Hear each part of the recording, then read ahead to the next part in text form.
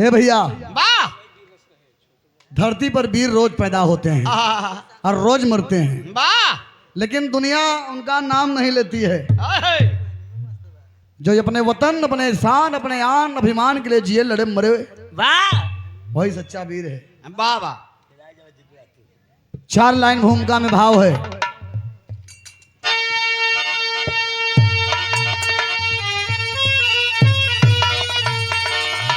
वीरता का, अरे वीरता का बिगुल बज गया जंग में, चांद तारे भी टूट कर बिखरने लगे। सुन समाचार छाती फटी वजुदा की, वक्त भी राह अपना बदलने लगे। बात महाभारत के युद्ध से पहले की, और जिस समय दिन लड़ाई का निश्चित हुआ, तासियाबा पड़ा हस्तिनापुर में, खाप से दोनों खानदान शोकित हुआ।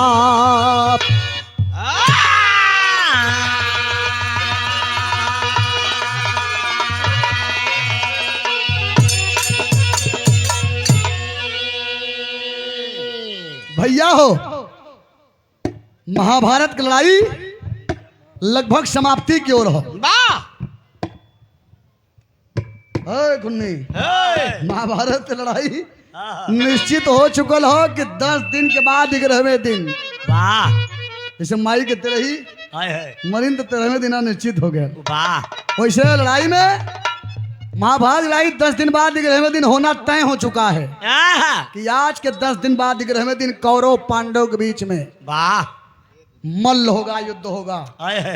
दोनों दल, कौरव और पांडव, वाह रियाज पानी मार के मास्टर। अरे अरे बाप अरे बारे भीम बदना दहिया भर जाए पर्दे राज से रियाज पानी मार के तेगा तलवार रगड़ के फरक के एकदम जोर फाटा था कि सरवा हफ्ता 10 दिना कब बीते कि मारी 5 जने बिना डोंगा डाली के पार हो जाए। अरे अरे अरे हम लोग 100 भाई है, 5 जने के मारे में कितना टाइम लगी। ये तक कौरव सोचत हैं और पांडव का सोचत हैं, एक एक जने कम से कम 20 जने के लपेटब, तब जाए के सरवा तनी सब जोर पूरा हो। दोनों तरफ एक लाइन चांद पुतरी के तर्ज हो। तर्ज हमारे राम दोस्ताद बनारस के बाबा अपने जवानी के आलम में बड़ा मचल के गाय के चल गईलन। वैसे ही गाय के तो हऊ चला जा बेटा। अब हमार जाए वाली उम्र ना है खुन्नी, अब हमार कच्ची की रस्ती है। हमार नान नान दूठे लड़की लड़का हुवन, हमारे मेहरारू लड़का हुवन। भैया हमार चल जाब तो गृहस्थी हमार नाश हो जाए। हाँ लड़कियन के भेज दे, मेहरारू के तोहरे हम देख ले पगला। मेहरारू को हमरे देख लेबे, काहे न? अच्छा ठीक बा। सुराज अच्छा, ये हमरे मेहरारू के देख ले, हमरे न रहले पर इनके मेहरारू के तब के देखे। इनके मेहरारू इनकर बाबू देखा देखा चला गए 20 रुपया चॉकलेट खाई के। करे बहन के बुढ़ऊ रहे गार से देखबे तो हाँ गलत सोच रहा है। मुझे दवाई दर्पण साग सब्जी छोट बड़ कपड़ा लिया कि दे यह कुल करब का करब। सही बात है, दवाइया दर्पण देत रहा अपने बाबू को। छोट बड़ कपड़वा दे दे तो पूरा गेल न। हाँ ये बिरहाम टेरी कहते रहे तो समय नाइट 150 रही। तिनकर बाबू वो समय बढ़िया खेती में कमात रहे। 3 बजे लेके चल रहे गेहूं काटे पे दे के मेहरारू के 50 रुपया पुरस्कार कलंदर भैया हमारे मनुआ की धरती से प्रदान हुआ है। गीत बड़ी बढ़िया हमारे सब प्रकाश भैया का फरमाइश वाली तर्ज हो, रामनगरी वाली तर्ज हो।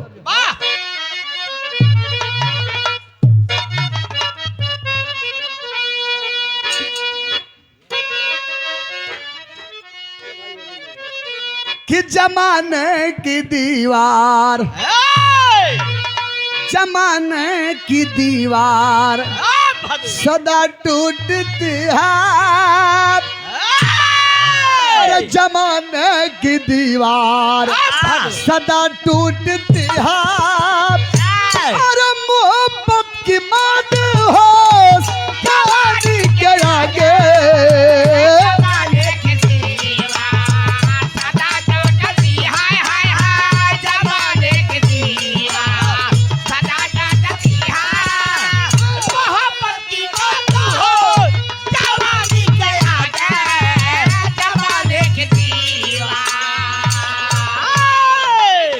जमाने की दीवार सदा टूटती है, जमाने की दीवार सदा टूटती है, जमाने की दीवार सदा टूटती है।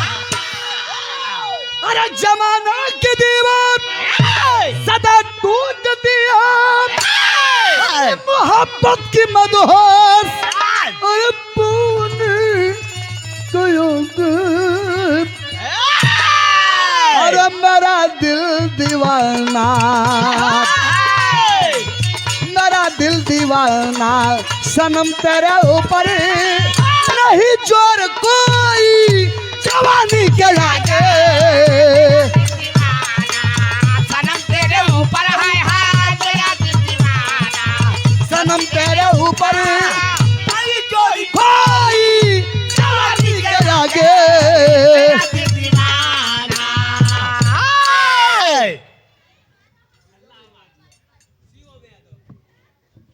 ये देखे दादी माई कई गुल, हाँ माइक पकड़ेंगे ही क्या गुल फूल हो फल हो। वाह दादी माई का आशीर्वाद लगे, ये लोग दुनिया में नाम रोशन करें, खूब पढ़ें, खूब लिखें, तरक्की करें। हमारे राम दुलारक भैया कि बहुत बहुत माँ प्रणाम, माई का आशीर्वाद बना रहे, माई की कृपा बनी रहे, परिवार लहलाता रहे। ओहो गौबे का लाइन हाँ देखा अंगुली चाटा था।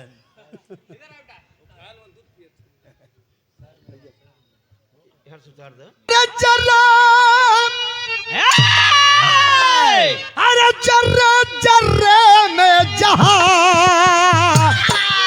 बसी जंगी जवानी है।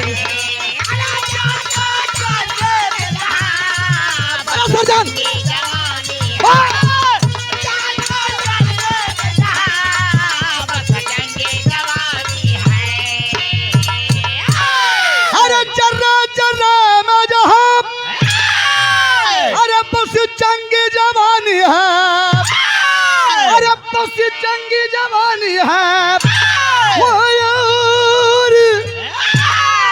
अरे नहीं कोई माटी बलिदानी है, नहीं कोई माटी बलिदानी है, नहीं कोई माटी बलिदानी है। बहादुर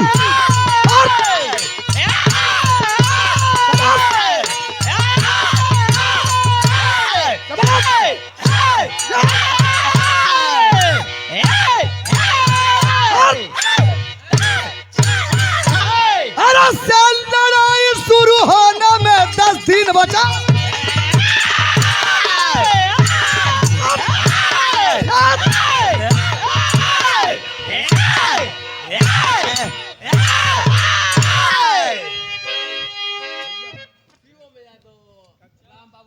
गाड़ी 4 गियर में चल दे रही। मेरे 4 गिर। हाँ अरे हाईवे पर से ब्रेक पकड़ ले। अरे मैंने कहा और हमारे पूजनीय मल्लिकार महोदय, हमारे गार्जियन इच्छित, बहुत बढ़िया व्यवहार, बहुत बढ़िया कीर्ति, माँ का आशीर्वाद यहाँ से लेकर के संत नगर, दीपनगर, पटेहरा तक आपका कारोबार फैला हुआ है। माई के दिहल कोनो चीज की कमी ना हो, करोड़ों में आप खेल रहे हैं। वाह ये बड़ा भाग से होता कुन्नी, भैया बढ़िया रुपया हो जाए, बढ़िया नाम हो जाए, आदमी संभार नहीं पाता है। वाह तन बढ़े ठीक बा, धन बढ़े ठीक बा, मन न बढ़े भैया। वाह कितना वो भगवान दे दे, लेकिन आदमी के हमेशा झुके के चले चाहिए। वक्त न भूले, सत्य प्रकाश भैया, कलंदर भैया, अपन वक्त न भूले। अपन वक्त कभो न भूले चाहे। 100 रुपया पुरस्कार श्री राम लुलारक यादव जी, वीर रस का भाव हो। वाह,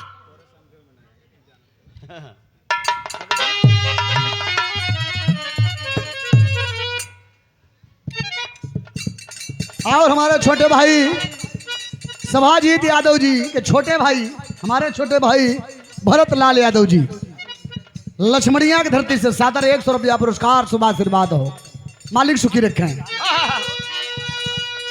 से लड़ाई शुरू होने में 10 दिन बचा, मन में अपने भीम अच्छा एक तरकीब रचा। फौरन कहे धर्मराज से ज्यादा हो, भाई की बात सुन धर्म हुए या मादा हो। भीम को भेज नगर पंडित को बुलवाए हैं, युद्ध की साहित्य पंडित जी से भी चलवाए हैं। कहे पुरोहित जो कहूंगा माना ना होगा, कहे पुरोहित जो कहूंगा माना ना होगा। अरे कहे पुरोहित जो कहूंगा माना ना होगा, चूक हुई तो समझो जंग हार ना होगा।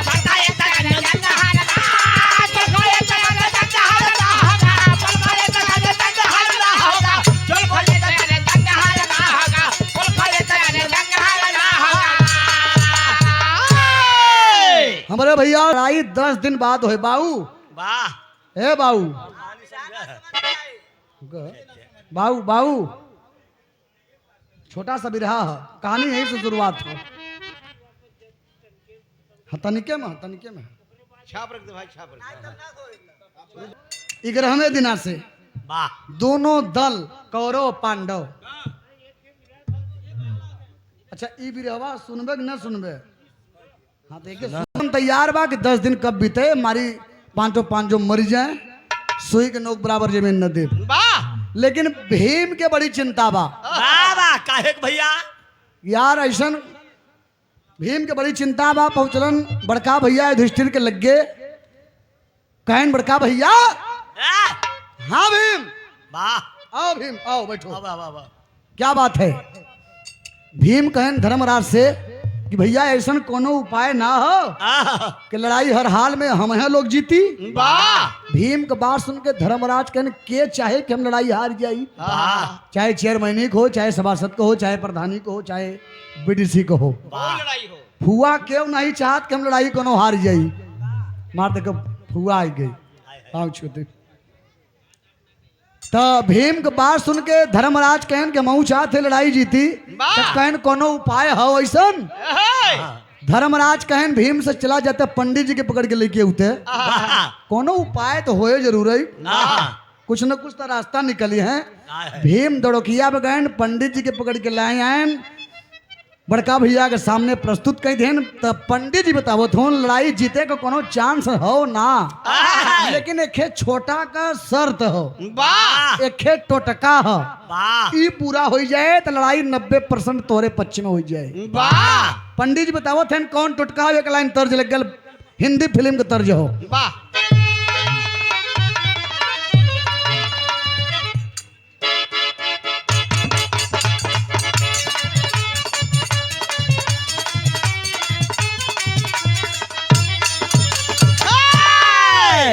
वही गीत के लाइन बा, ये हमारे बाबू के जमाने का हो। थोड़ा हे बाबू, ये आपके जमाने के तर्ज हो। कौन तर्ज हो जानत है? कौन परदेसी मेरा दिल ले गया,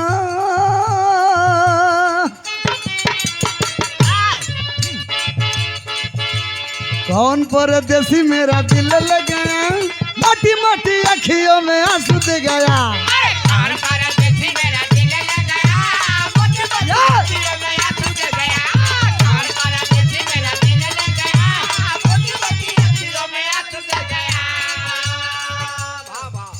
एके भोजपुरी वाले चोराइल हैं, जानते कौन तर्ज आई? कंपोज ही रहा, गली गली में डीजे में खूब तहलका मचाए। कौन रहा भाई? आज हम नहले बानी शैम्पू से, अरे आव सखी सैया टेम्पू से। खाटी गाना भाव है ना? अब वहीं देखो बाबू कथन खाटी गाना गाया बेटा तुम। बारे बाबू ये गाना खूब तहलका मचाए तो पे 4-6 ठे डबिंग गीत आई गई। बाबा लल्ली भैया हाय हाय गौया के डबिंग कही थे कौन तो फिर बजी कौन? आज हम नहले बनी हिलई से अरे आवतारन सखी सैया पिलाई से। पिलई कहाँ बा भाई? चुनार डगमगपुर में, चुनार और डगमगपुर के बीच में खेल निकला था, पिलई स्टेशन और खुला था। अच्छा खुल चुका बा? मुकेश से पूछा बताई दे। अच्छा पिलई स्टेशन से गोर पिया आवत रहे। हाँ। आज हम नहले बानी हिलई से राजा मोरे आवत ताने पिलई से। ये गाना और हो होए सारा काम काज पैसा से। अरे आवतारन सखी सैया भैसा से। अभी भैंसा कहाँ बखुन ने? यही बात भैया नहीं देखा था, कछवा महाराजगंज के बीच में देख लिया। अच्छा कटका के लगे भैंसा स्टेशन बा। अच्छा के देखे बा में से? देखा मतलब गाना कौन बिलई उलई वाला गाना सही बतवा। आपका समझाते हैं। एक गाना और आई गया। वाह अरे भोरे भोरे घटना एक घट गइल बा। अरे सैया जी के टेम्पू पलट गइल बा। जब टेम्पू पलट गई तो गाना आगे बढ़ाई दे। धर्मराज बताओ, धर्मराज भीम से पंडित जी बताओ थे टोटका जीते की लड़ाई हो तब। ध्यान देंगे आप लोग भी रहा पर। पंडित जी भीम से धर्मराज से बताओ थे का बताएं? तेह पर कह सुन ले हो सुन सी, तेह पर कह सुन ले हो सुन से, बाकी न बताई भेद अर्जुन से।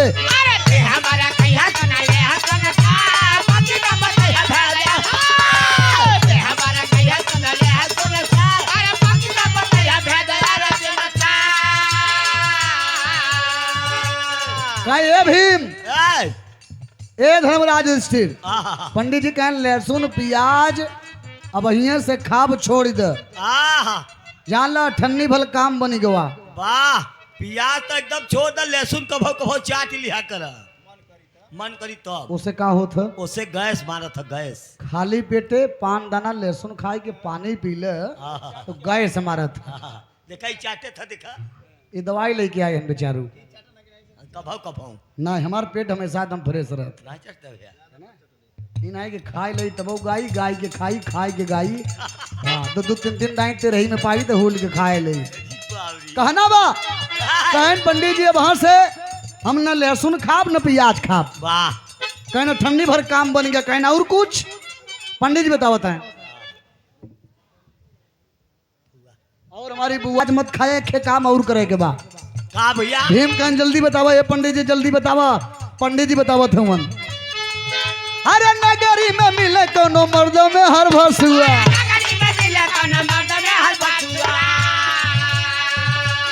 अरे नगरी में मिले कोनो मर्द में हर भसुआ। वही कढ़ाई के लिए बनाए बबुआ।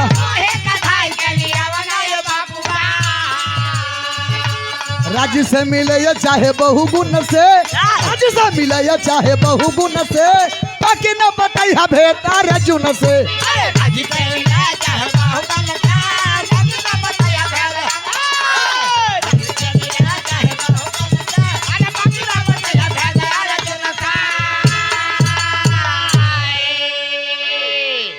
बिरहाग मतलब कहानी साफ साफ फरियाद भी रहे, गावत भी रहे आदमी। कहीं लहसुन प्याज न खा। पंडित जी कहन भीम से अब एक खेम मेहर बसुआ खोज के लेके आवा हमरे लगे। भीम चल देन मेहर बसुआ खोजे बदे।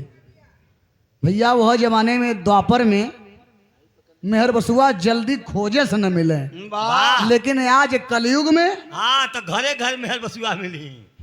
वही में खेयो पट्ठा है 1 नंबर का। भैया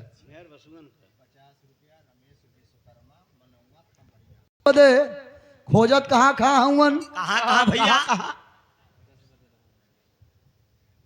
बनौटी में, चमरौटी में, गडराने में, लोहराने में, कोहराने में, अहिराने में आहा, हर बस्ती में मेहर बसुआ खोजत हूँ, वाह लेकिन क्यों मिलत ना हो। आय है ये कई नगर बचा बा। वाह कौन नगर मास्टर? कौन भैया? तेलियान बस्ती, आय है गुप्ता नगर। वाह जे हो बुरा बहुत माने भैया, वेद का बात इस शास्त्र का बात हो, वेद का ग्रंथ का बात हो। भीम अब चला हुआ गुप्ता नगर में, तेलियाने में मेहर बसुआ खोजे बदे। तो भइल का मास्टर, एक जैसे सामने से रास्ता का बा, आई दुआर हो, रोड के और दुआरे के बीच में टटरी है, टाटी। वाह अब भीम वहीं पहुंचल हुवन, एक मेहरारू मचिया पर बैठल हो, ओकरे आदमी खड़ा हो, मेहरुआ मनैया के बरबरात हो। वाह वो पकाउनु आहा, गैजरू के नाती ए एक थरिया खाए लेबे, वाह करसी ने काच के, दुश्मन या नाच के, जब ट्यूबवेल पे खाली जुआ खेलबे तो जरूर को ना होती। तोरे रहत में कौन सुखबा। वाह बरबराता भीम समझ गए करे यार, ये मेहरारू बरबराता, ये आदमी खड़ा होई के सुनता। आय है वही टटरी से टाटी में भाई झांझर रहा था, वही देखे लगन तो समझ गए कि लगता कि ई मेहर बसुआ जनात हो। हमारे आपके बीच में बसुआ खोजे बदे तेलियाने में पहुंचल हुवन, मेहरारू बरबराता और वह मेहर बसुआ खड़ा बा। वाह भीम समझ गए कि यही मेहर बसुआ दिखाता। कहीं ठमक गए, कहीं कहीं फरियाए लई, बिरहम तेरी के भाव लग गए।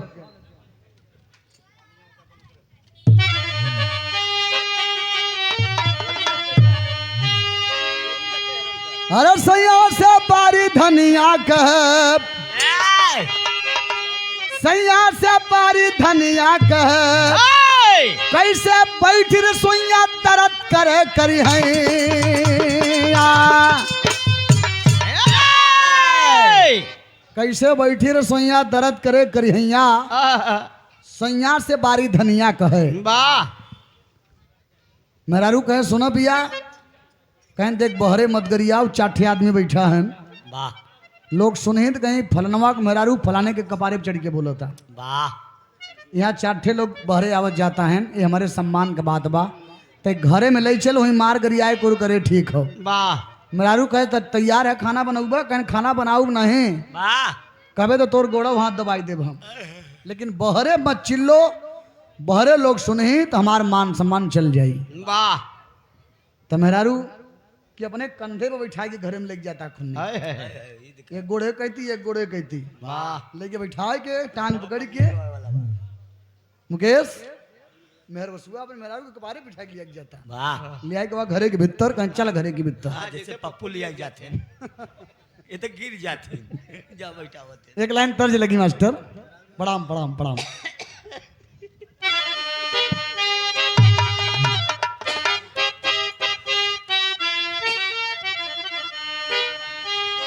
आगे बढ़ते यार।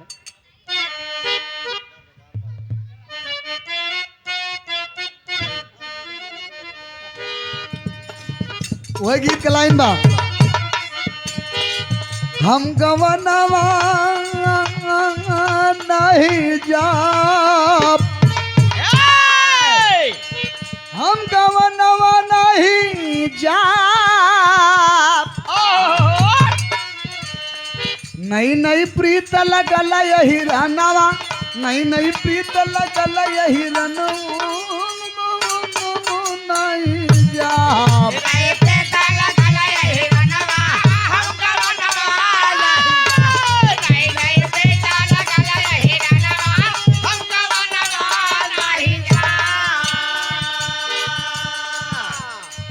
भीम देखत है सारी बात उ टाटी के आड़े से रोड पर से कि मेहरारू गरियावा था, मेहरारू के खाना बनाए, ओकर गोड़ा हाथ दबाए, ओके अपने ऊपर कपारे कंधे पे उठा के लिया के जाता।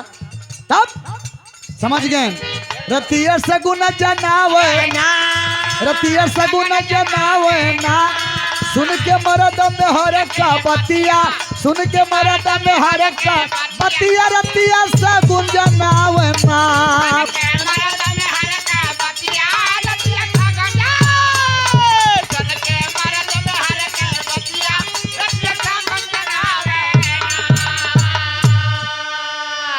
मेहरारू कहे खाना बनाओ, हम जाते हैं अब घरे में आई के ना, अब हम जाते ही वो सारे दुआरे बैठे, अब तू खाना बनावा 8 बजे टाइम से खाना चाहे। वाह जैसे ही गवा दिया जलाएस भीतर खाना बनावे बदे मर्दवा मेहरारू दुआरे बैठी बा। वाह ओहो जमाने में भी देखा ऐसा लोग रहे चूल्हा भीतर सोचे तढ़े बारी बूतल हवा के झोंके रतिया सगुन जनावे, अरे रतिया सगुन जनावे ना, रतिया सगुन जनावे ना, लाख डाटा लगावे अब रतिया, लाख डाटा लगावे अब रतिया, रतिया सगुन जनावे ना।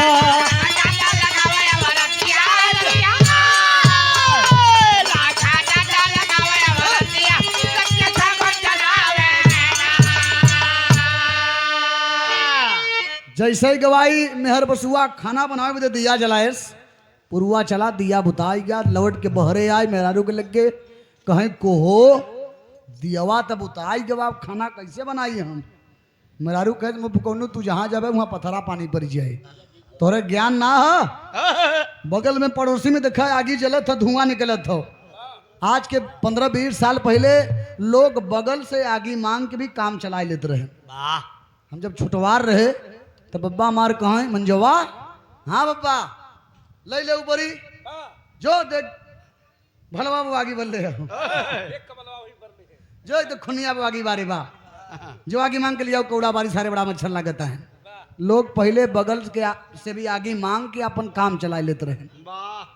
तब मेहर बसुआ के मेहरारू समझावता, देखा बगले में आगी जलता, धुआं दिखाता, जाए आगी मांग के लिया तब खाना बनावा, लेकिन टाइम से खाना हम चाहे विराम ध्यान रहे बाबूजी। गाना मतलब गाना से ज्ञान हो के चाहे ऊपरी लेहेस चल रहे मेहर बसुआ मेहरारू खाना बनावता एक जहाँ गवा अगिया लवे बदे मेहरारू देखे कस हो कहीं तनी कहीं आगी दे दे तू।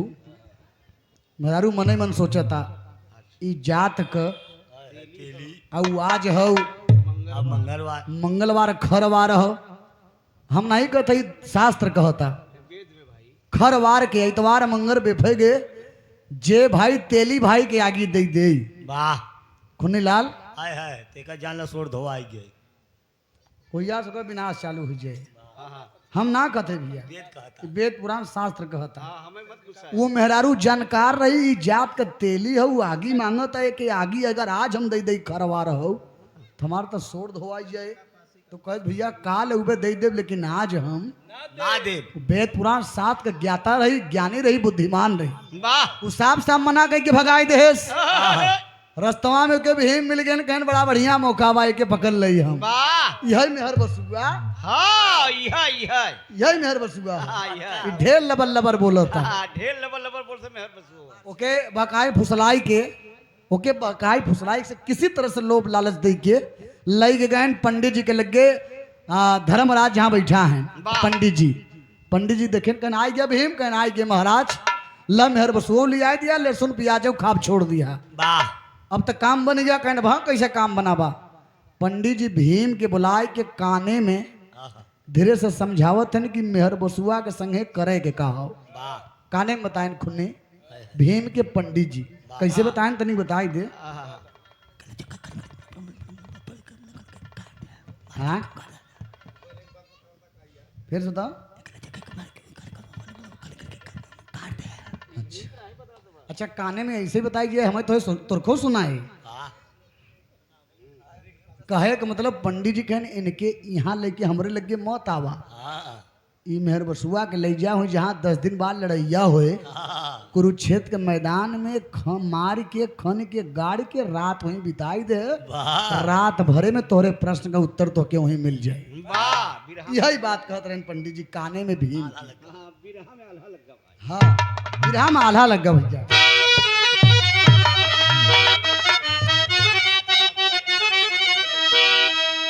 अरे पकड़ी के पेड़ावा पर पकड़ी के पेड़ावा पर काटे भीम रतिया भैया। भीम रतिया भैया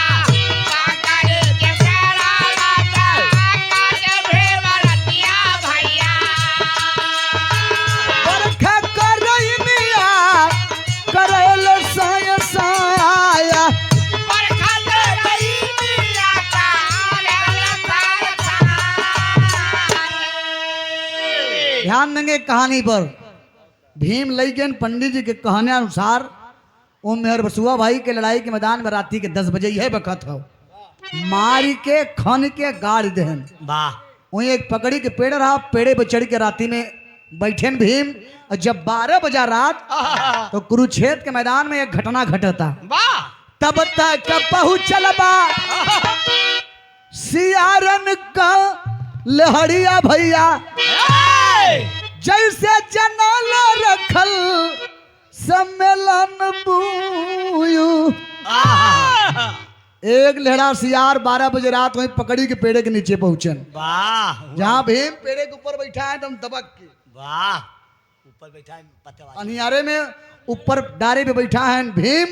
अब 12 या 1 बजा रात एक लेहड़ा सियार 100 नंबर मतीन हुआ। वाह वाह वाह एक लेहड़ा सियार पहुंचे पकड़ी के पेड़े के नीचे बैठे।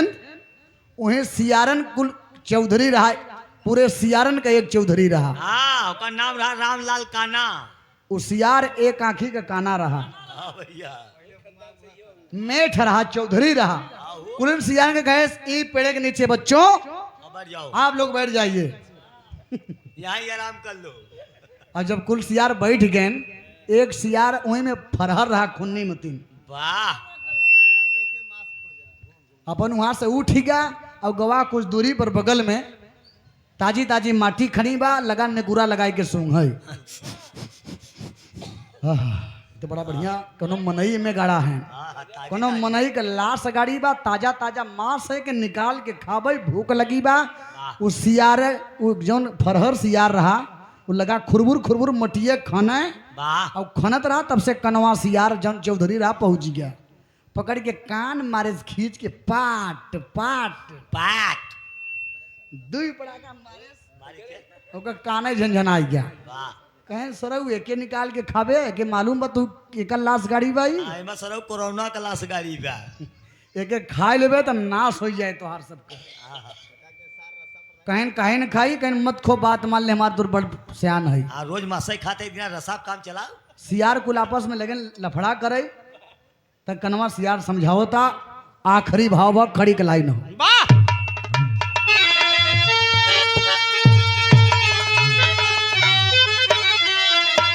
अरे क्या है कनवा एक लाइन बंधारी रिद्दा वाली हो। 9 दिन जाए के विंध्याचल दरबार में जहां नारियल और फेकल जले कूड़ा कबाड़ 9 दिन वहीं बिताई देहन। माई के 10वें दिन प्रकट होना पड़ा। वाह ये भक्त बड़ा जिद्दी है, रात दिन ही हो, ये मर जाए तो ये पाप हमारे ऊपर लदे। वाह माई प्रकट भगन विंध्यवासिनी पंधारी दद्दा सकैन बोल क्यों परेशान करता है मुझे तू, क्यों परेशान करता है। पंधारी दद्दा कलन की माई बिरहा गावे चाहत है, वरदान दे दे तू, गाना उलट पुलट लई हम बस, कहीं जाओ ये मस्त, ऐसा ही होगा। माई का आशीर्वाद लगा, कहें और कुछ मंगवे। वाह तब दद्दा कहें कि माई खाली गाना उलट पुलट लई बस। का कहें वाह अरे रही तो जननी, अरे रही तो जननी हो, रही तो जननी बना ले भाई बारा दानवा, रही तो जननी।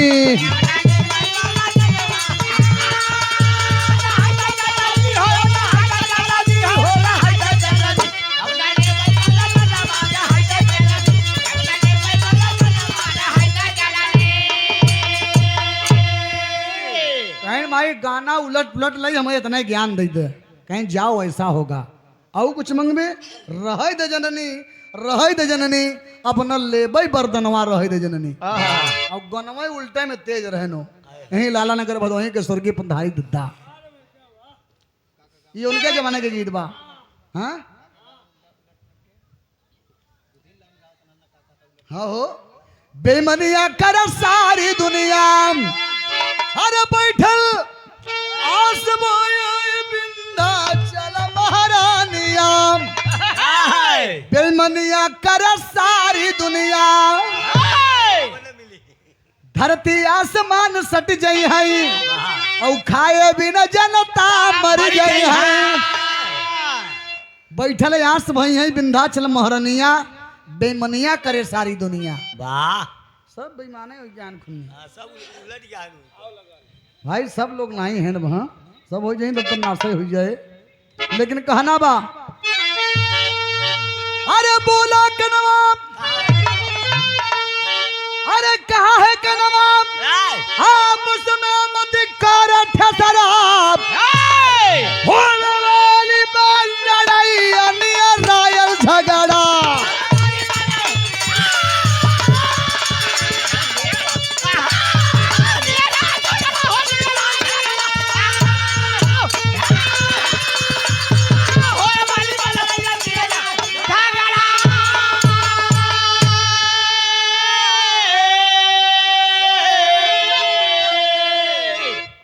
कनवा सियार मेठ जौन बा लड़ा मत ही मांस खाए बदे तू लोगे। मांस खाए कितना सौ खाओ, हफ्ता 10 दिना धीर धरो बेटा लोग। भीम सारी बात ऊपर से सुनता है कि कुल सियार बतियावत है कि 10 दिन बाद मांस खाए ले तो पेट भर जाए।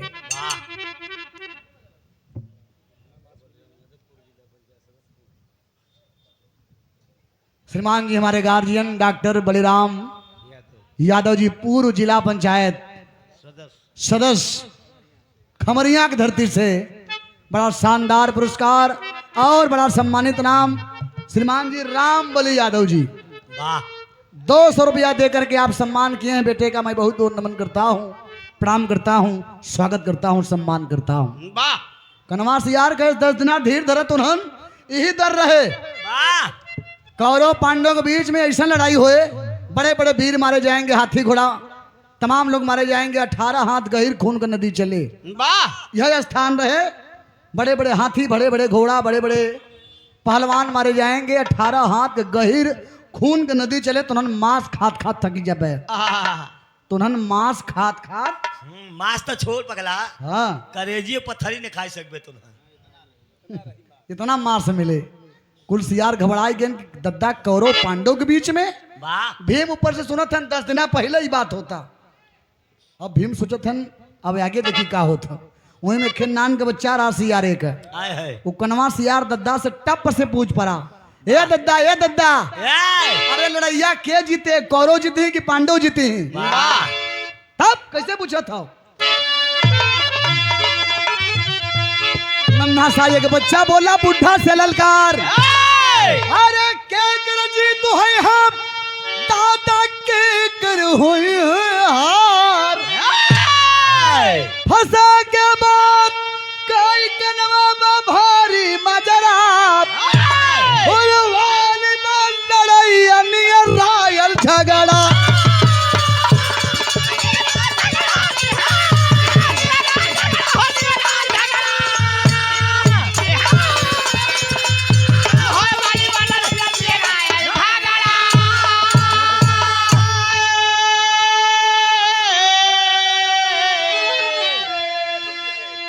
एक नान के सियार पूछे से दद्दा, ए दद्दा, सियारे के बच्चा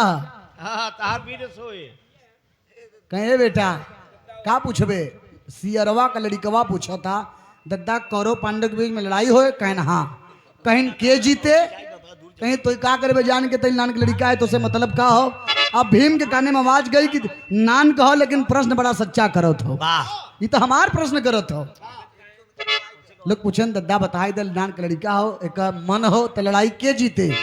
तब कनवा सियार बताओ था बेटा जौने दल से 3.5 वज्र जुहाई जाए, जौने दल से 3.5 वज्र।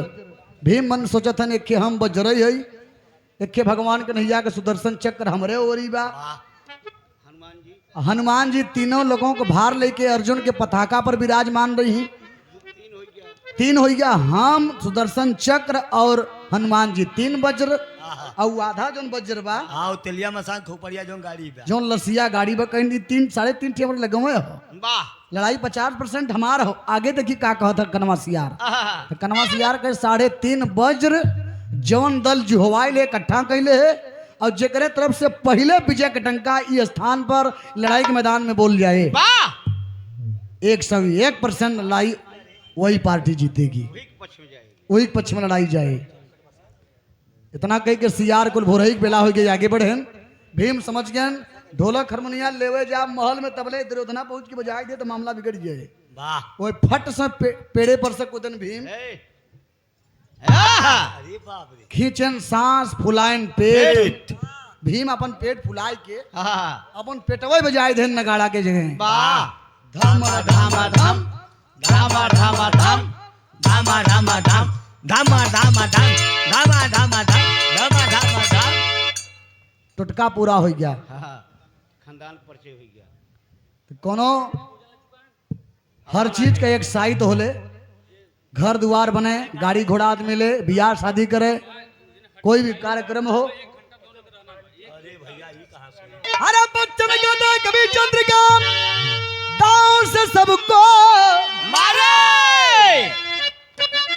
सैया से बारी धनिया कहे मनो चंद्रिका हनुमत है नगो सैया सैया से बारी धनिया कहे